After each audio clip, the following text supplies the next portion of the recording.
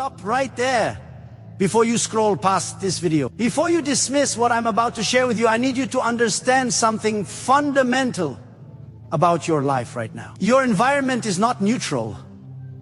The space you live in, the objects you choose to keep around you, the energy flowing through your home, all of it is either lifting you up or slowly draining you.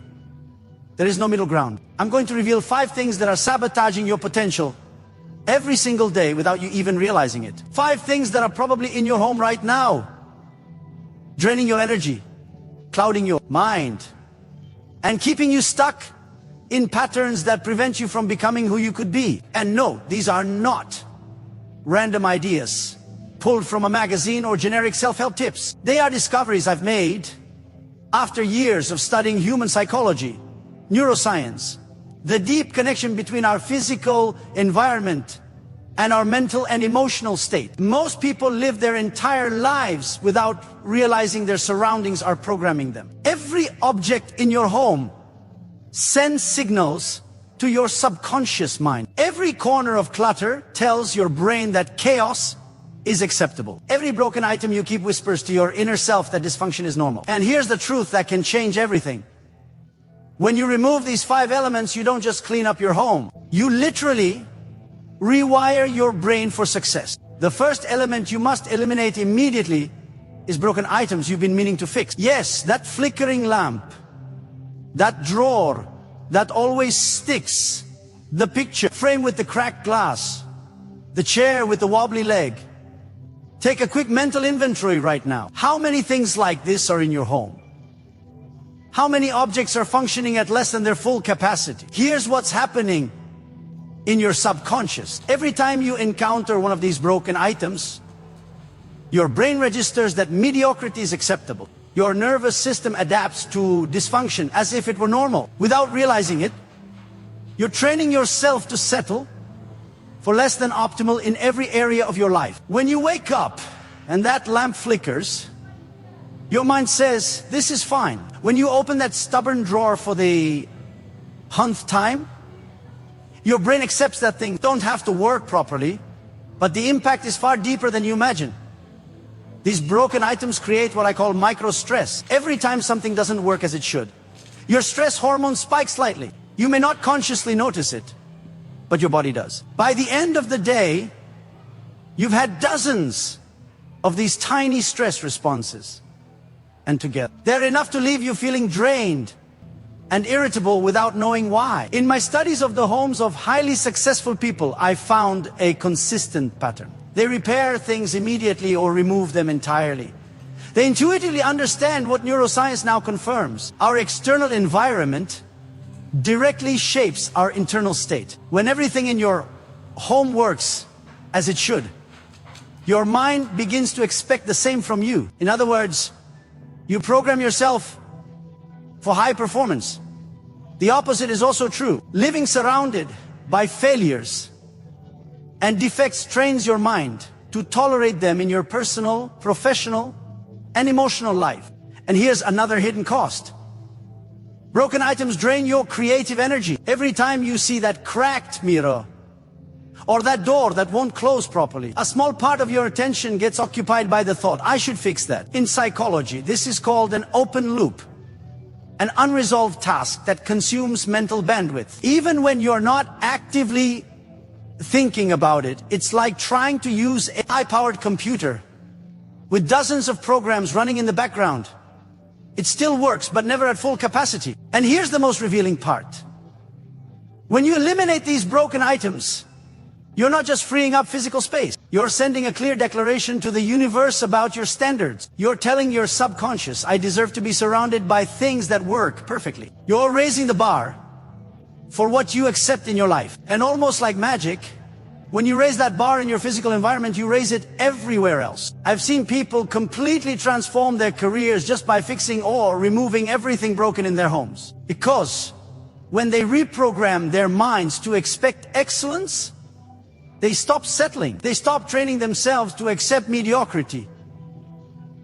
And they start programming themselves for peak performance. This is just the beginning, because in the next part, we're going to talk about the second element you must remove immediately. And This one might hurt even more than letting go of a broken object. The second element you must remove immediately is everything that belongs to a past version of yourself, a version that no longer exists. And I'm not just talking about clothes that no longer fit, but any object that's anchored to you've already outgrown clothes from past sizes, books about topics you're no longer interested in, equipment or tools for hobbies. You've abandoned decorations that reflect who you used to be, but not who you're choosing to become now. This is where most people get stuck. And I understand why. These objects represent money you once invested, dreams you once had, identities you once embraced. But here's the harsh truth. Holding on to all of this is like trying to drive while only looking in the rearview mirror. You're anchoring yourself to a past that prevents your future from emerging. Your home should be a launch pad for the person you're becoming, not a museum preserving who you used to be. Every object tied to that past self is taking up physical, mental, and energetic space that could be filled with things aligned to your current vision. Think about that guitar you haven't touched in years, the exercise machine gathering dust, the books from a career path you walked away from. You're not just looking at objects, you're looking at silent reminders of abandoned projects and unfulfilled goals. And every time you see them, your subconscious revives the story. I left this unfinished. There's something even more subtle happening here. These items keep you emotionally tied to old beliefs and identities. They might be reinforcing the idea that you're inconsistent, or that it's safer not to try something new just in case you fail again. The result, you sabotage your present to protect yourself from your past. Clothing is a particularly powerful example. If you keep smaller sizes every time you see them, you reinforce the feeling that you're not there yet. And if you keep larger sizes just in case, you're reinforcing the expectation of going backward. In both cases, you trap yourself in a constant state of dissatisfaction with your body and self-image. The same goes for books and learning materials. It's not about throwing away all knowledge, but about asking, does this serve my current goals and interests? Or does it only remind me of a stage that's over? Because just like a computer can't run at full speed with outdated software, your mind can't. Focus on the present if it's cluttered with information from a you that no longer exists. When you release these items, you create what I call identity space. This isn't just physical space. It's mental and emotional room for new aspects of yourself to emerge. It's giving permission for new interests, habits, and relationship to take shape, reflecting who you are today and where you're going. And I'll tell you this step can feel like a small death, because letting go of the past inevitably means facing the fact that you are no longer that person. But it's also a rebirth. And if you do it intentionally, what comes next often surpasses what you've left behind. In the next part, we're going to talk about the third element you must remove. And this one doesn't just affect what you have in your home. It directly impacts how you use your time and attention every single day. The third element you must remove immediately is anything in your home that fuels automatic consumption and passive distraction. And here I need you to be brutally honest with yourself, because many of these things seem harmless, normal, but they're actively shaping your brain to react on autopilot instead of living with intention. I'm talking about that stack of magazines you buy but never read. The remote control always within arm's reach, ready to turn on the TV the second you sit down. The snacks conveniently placed around the house so you can eat without thinking. The catalogs and flyers piling up on your coffee table, multiplying as if on their own. Each of these items trains your mind to seek instant external stimulation instead of building the ability to generate interest and satisfaction from within. It's a form of silent conditioning. Instead of creating, you consume. Instead of choosing consciously, you react without thinking. Instead of directing your attention, you let others hijack it. The human brain is wired to conserve energy, which means it will always look for the path of least resistance. If your environment makes it easiest to flip on a screen, open a bag of processed food, or scroll through pictures of someone else's life, that's exactly what you'll do. And you'll do it often enough that it becomes your default mode. The problem is this pattern steals your most valuable resource, Your attention. Without attention, there's no creativity. Without attention, there's no deep learning. Without attention, there's no true connection, not with others and not with yourself. And here's the dangerous part. When your attention is fragmented day after day, you lose the ability to sustain effort over time. You get used to instant gratification and become less willing to engage in processes that require patience. This is why so many projects you start lose momentum before you finish them. Not because you lack talent or capacity, but because your attention has been trained to scatter. When I studied the spaces of highly creative and productive people, I found something in common. They had redesigned their environments so that conscious decisions were their easiest option. Food wasn't left out in plain sight. If they wanted a snack, they had to prepare it.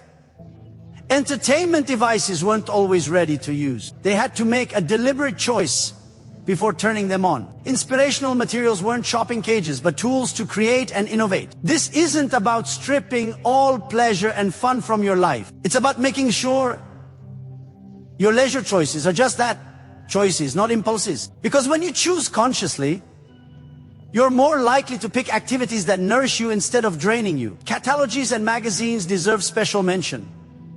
They disguise their effect under the idea that they inform or inspire. But in reality, most are designed to create dissatisfaction and comparison. Polished images of lifestyles you don't have, products you don't need, experiences you weren't looking for. Each page is a subtle invitation to feel like you're missing something. When you remove these items from your home, your mind begins to generate its own stimulation. You rediscover the ability to be bored without instantly reaching for a screen. And in that space, original ideas start to emerge. You uncover interests and talents buried under layers of passive consumption. You become the creator of your time, not a passive spectator of your life. And in the next part, we're going to talk about a far more dangerous type of object than a remote control or a bag of chips. Things that don't just take. The fourth element you must remove immediately is anything in your home that represents a promise you made to yourself and never kept. The fourth element you must remove immediately is anything in your home that represents a promise you made to yourself and never kept. And I'm not talking about fleeting whims you lost interest in. I mean commitments that once mattered deeply to you. Things you bought with a clear intention, but that now just sit there collecting dust, silently watching you every time you walk by. It could be that stationary bike you swore you'd use every morning. The dumbbells that were going to get you back into your best shape. The brushes and canvases you bought to finally start painting again. The sewing machine you dreamed of mastering. The online course you never opened. Or the high-end kitchen gear you were going to use to transform your cooking habits. On the surface, they look like abandoned objects, but in reality, they're far more dangerous than ordinary clutter. Every time you see them, your subconscious hears the same message. You don't follow through on what you say you'll do. And when you hear that message enough times, it begins to shape your self-confidence. In psychology, this is known as learned helplessness. When you repeatedly start things, but don't carry them through, your mind starts anticipating that you'll quit again. And without realizing it, you approach every new project with less energy and less faith in yourself. It's as if part of you is whispering, why bother trying? I probably won't finish anyway. The impact isn't just emotional, it's also physiological. Because every time you see one of these reminders, you get microdoses of guilt and frustration. You may not always notice it consciously, but your nervous system does. And over time, those little hits of disappointment accumulate, draining your motivation and energy. Health and fitness related items are especially damaging. They don't just represent an unfulfilled commitment, they represent the fact that you haven't prioritized your physical well-being. And that creates a vicious cycle. You feel bad for not taking care of yourself, which makes you delay starting even more, which makes you feel worse. The same applies to creative materials. When you leave painting, music, or hands-on projects unfinished, it's like cutting off a vital channel of self-expression. And without a creative outlet, life starts to feel flatter, more mechanical, more disconnected from your essence. And then there are the educational materials, unopened books, forgotten courses, unused software. These are perhaps the most subtle because they remind you not only of what you didn't complete, but of what you should be learning or mastering. That constant feeling of being behind is one of the biggest drains on long-term motivation. When you remove these items, you're doing far more than clearing physical space. You're breaking the mental pattern of accumulating unfinished business. You're freeing yourself from silent reminders of I'm not consistent, and you starting to rebuild trust in your own word and your ability to commit. This doesn't mean you're giving up on those goals forever. It means you're honestly acknowledging that right now, they're not part of your real priorities. And if they ever do become a priority again, you'll approach them with genuine commitment, not with the weight of all your past someday. As self-trust is built by following through on what you say you'll do, even if what you say is I'm not doing this right now. And that kind of honesty is the foundation for all real change. In the next part, we're going to talk about the last of the 5 elements. And here we're not just talking about objects, and we're talking about the energy still shared through them with people who may no longer deserve a place in your life. The 5th element you must remove immediately is anything that keeps you connected to people or relationships that drain your energy. And this, without a doubt, is the hardest one to face, because we're not just talking about physical items. We're talking about emotional and energetic ties that remain alive through them. It could be a gift from someone who constantly criticized you or made you feel small. Photographs that, even if they show a smile, pull you back into a stage of life when you were struggling. Letters, keepsakes, clothing, or accessories from a relationship that ended badly. Contact information for people who every time you interacted with them left you feeling empty or diminished. What most people don't realize is that every object in your home is like an antenna.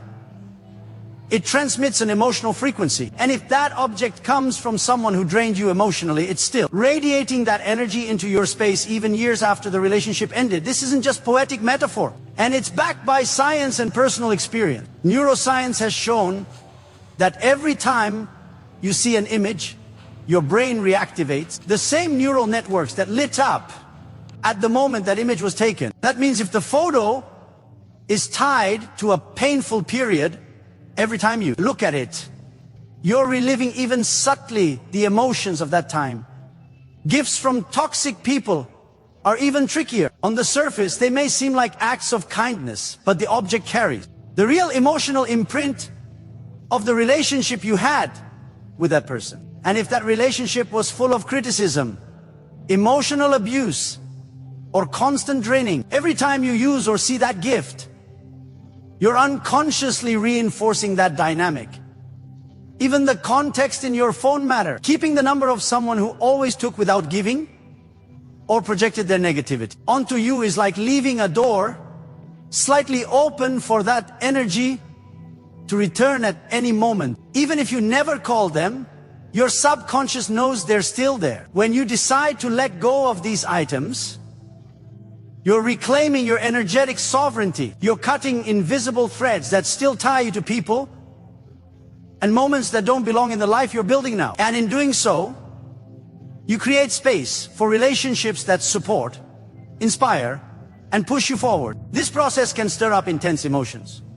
You may feel sadness for relationships that, though harmful, were once important to you. You may feel anger when you realize how much time and energy you gave to people who didn't value it. You may even feel an initial emptiness because you're releasing a part of your history, but that's part of the healing. Grief clears the ground, and that empty space is exactly what allows the new to grow. When you finish removing these 5 elements, broken items, belongings from a past self, triggers of automatic consumption, broken promises, and toxic ties, you're not just transforming your home. You're transforming your mind, your energy, and your sense of what you deserve. And in the next part, we're going to dive into what happens in you when you start living in an environment free of these burdens.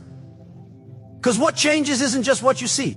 It's the way you think, feel, and act every single day. When you start living in an environment free from those 5 elements, something happens that most people don't expect. Your mind starts to breathe. Suddenly, you notice a new kind of silence. The constant mental background noise of I should is gone. You're no longer bombarded with dozens of little mental interruptions every time you walk into a room. It's as if you've turned off countless invisible notifications that had been buzzing without you even realizing it. The first thing you notice is mental clarity. Your brain is no longer wasting resources processing things that are out of place or tied to negative emotions. That freed up mental energy naturally starts flowing toward what really matters, making decisions, creating, planning, solving problems. And the shift isn't about becoming a completely new person overnight. It's about finally operating as the version of you that's always been there, just buried under the noise. The second change is more physical energy. Most people don't connect clutter or the emotional weight of objects to fatigue. But every single stimulus your nervous system aches in, every broken thing, every unfinished project, every toxic reminder creates micro-tensions. And when those micro-tensions disappear, your nervous system relaxes. You sleep better, you move more freely, you start feeling lighter as if you've set down a heavy load you didn't know you were carrying. The third shift is improved focus. You're no longer constantly pulled towards small visual reminders of what's wrong, unfinished, or irrelevant. So when you sit down to work or learn, you can sustain your concentration for much longer. And that's where the magic happens. The more you focus, the more you accomplish. The more you accomplish, the more confident you feel. But perhaps the deepest changes in your self-image, because strange as it sounds, the objects around you act as a silent mirror of what you believe you deserve. If you're surrounded by broken, incomplete, or meaningless things, your mind assumes that's your standard. But if you surround yourself only with what works, inspires and reflects the person you're becoming, your brain updates his definition of normal for you. And when your internal standard rises, everything else begins to align. This is what I call environmental integrity. When what you see outside is in harmony with what you want to feel and experience inside, it's a state where every object in your space contributes, even in a small way, to the life you're building. And here's the fascinating part. This change doesn't stay within your home's walls. It starts to show up in how you interact with others, in the opportunity you say yes or no to, and even in how you use your time. Because when your environment is aligned with you, it becomes a constant reminder of your priorities and your worth. But here's the challenge. Many people start to feel a subtle resistance at this point. That inner voice saying, this is good enough. You don't need to keep changing. You've done plenty. If you want this transformation to last, you have to take the next step. In the next part, we'll talk about how to maintain this new frequency in your environment and prevent old energies and habits from slipping back in without you noticing. Maintaining the new frequency in your environment isn't about doing one big deep clean and then forgetting about it. It's an ongoing process, almost like tending a garden. If you don't check on it and nurture it, the weeds in the form of unnecessary objects, old energies, and automatic habits will grow back before you realize it. The first step is to create regular review rituals. This doesn't mean a massive yearly overhaul, but setting aside a few minutes each week to walk through your space with full awareness. Ask yourself, object by object, does this still work? Does this inspire me or drain me? Does this represent the life I want now or a past version of myself? When you train your mind to ask these questions regularly, you stop accumulating by default. The second step is learning to close loops quickly. If something breaks, fix it or release it within days, not months. If a project loses its meaning, let go of the materials instead of letting them become silent reminders of what you didn't finish. This prevents those open loops we talked about earlier and keeps your energy focused on what truly matters. The third key to sustaining this vibration is to filter what comes in, because there's no point in clearing your space if you keep filling it with the same energy you just removed. Before accepting an item, making a purchase, or even taking a gift, ask, does this truly add value to my life? Is it functional and in good condition? Is it in alignment with the person I'm choosing to be? If the answer isn't a definite yes, don't let it in. Another important aspect is managing the invisible. Your environment isn't just the physical space you can see. It's also your devices, your contact list, your digital folders. Apply the same criteria here.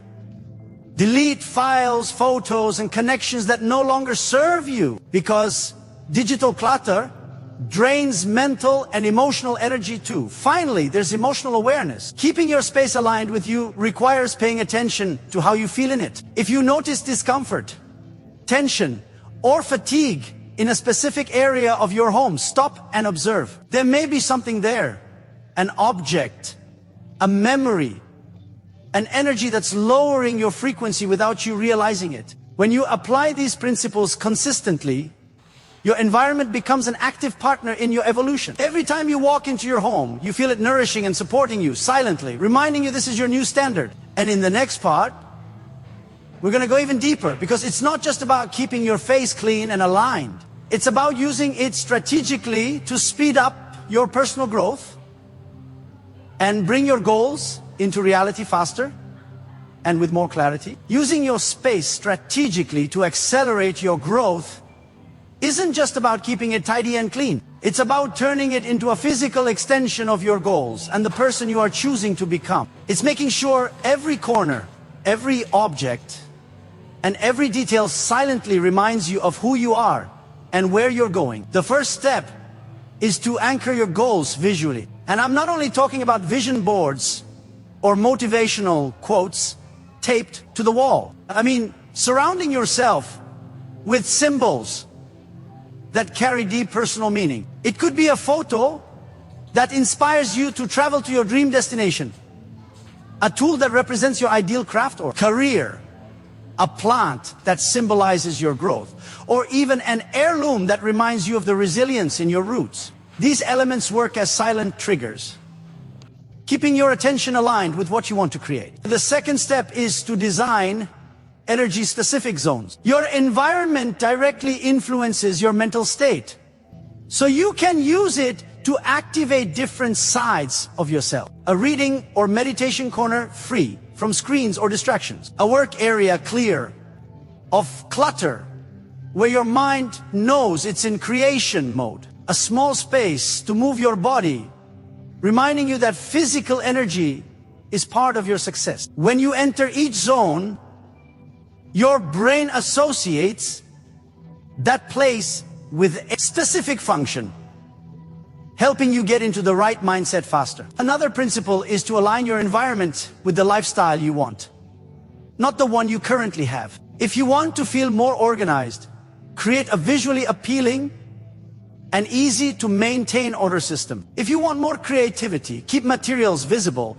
that invite you to experiment and explore. If you're aiming for greater abundance, add details, even small ones, that communicate quality and care. Your brain responds to the cues your environment gives it. And if those cues match your desired future, you'll start behaving as if you're already there. It's also important to eliminate the neutral objects that neither inspire nor bother. You may seem harmless, but they take up physical and mental space that could be used for something that actually uplifts you. If something doesn't spark emotion, energy, or clear usefulness, it's better to let it go. Every object should have a purpose or a story you truly want to keep alive.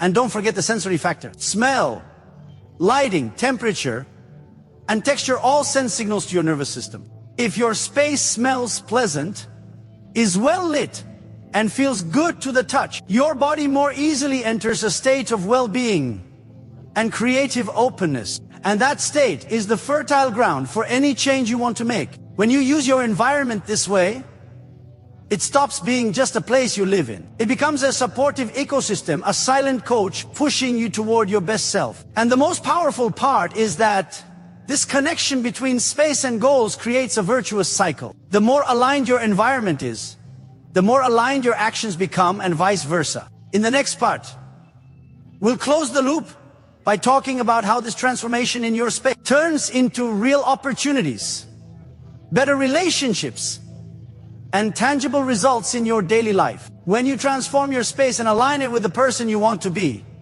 the changes you experience don't just stay inside you. They begin to show up in your external life in ways that might feel like coincidence at first, but are in reality the direct result of your new frequency. The first thing that happens is you start attracting different opportunities, people, projects, and situations that once seemed far away begin to appear naturally.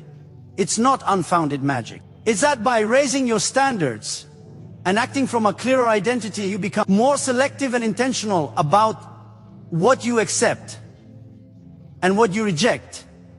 And that clarity filters your reality. The second change is an improvement in your relationships. When your space is no longer polluted with ties to the past or draining energies, you create a healthier inner environment. And from there, you interact with others from a place of respect, self-assurance, and emotional clarity. You become more open to people who uplift you and less tolerant of dynamics you once endured. It's not unusual for new friends, partners, or collaborators to show up who mirror your upgraded self. You'll also notice a shift in your productivity and focus with an environment free of distractions and filled with reminders of your goals.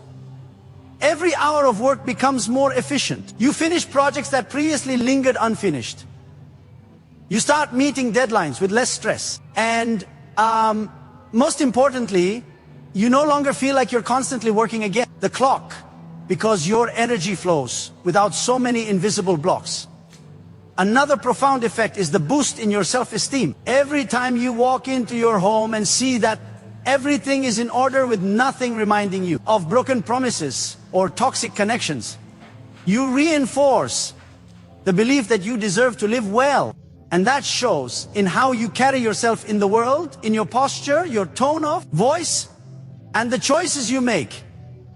Even your physical and emotional health benefit. Less visual stress and fewer objects carry negative energy, reduce the chronic tension on your nervous system. You rest better, breathe deeper, and feel lighter in your own body. And as a result, you have more energy to take care of yourself, exercise, cook better meals, and simply enjoy your day more fully. Many people describe this shift as living in a new life without changing cities, because while the address stays the same, the experience feels entirely different. It's as if you've reprogrammed not only your home, but also the way you interact with everything outside of it. And in the final part, we'll bring it all together, because it's not enough to understand how your space influences you. The real power lies in making this way of living your permanent standard, so you never slip back into the old patterns. Integrating this transformation and making it your new standard isn't about short bursts of willpower. It's about identity, because once something becomes part of who you are, it no longer requires constant effort to maintain. It becomes automatic. Up to this point, you've learned how to identify and remove the 5 elements that drain your energy. Broken items, belongings from a past self, triggers for automatic consumption, unkempt promises, and toxic ties. You've experienced what happens when you release that weight. Mental clarity, renewed energy, sharper focus, healthier relationships, and unexpected opportunities. And you've begun shaping your space into an active ally for your growth. The next step is making this way of living permanent. So, it's not just a temporary phase of motivation, but your natural way of moving through the world. The first principle is to live with daily awareness.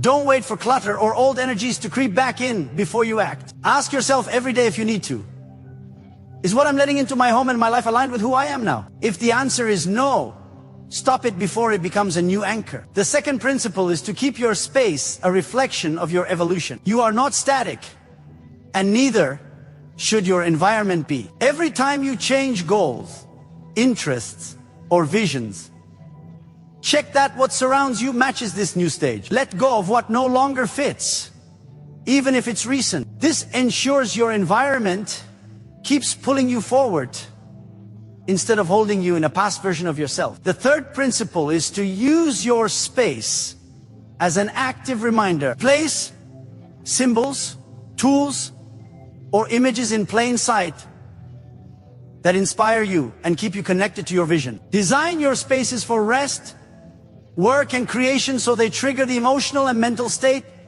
you need in each area of your life. And the fourth principle is to recognize the power you have over your reality, because now you know that every object, every corner, every detail in your home is part of the puzzle of your life.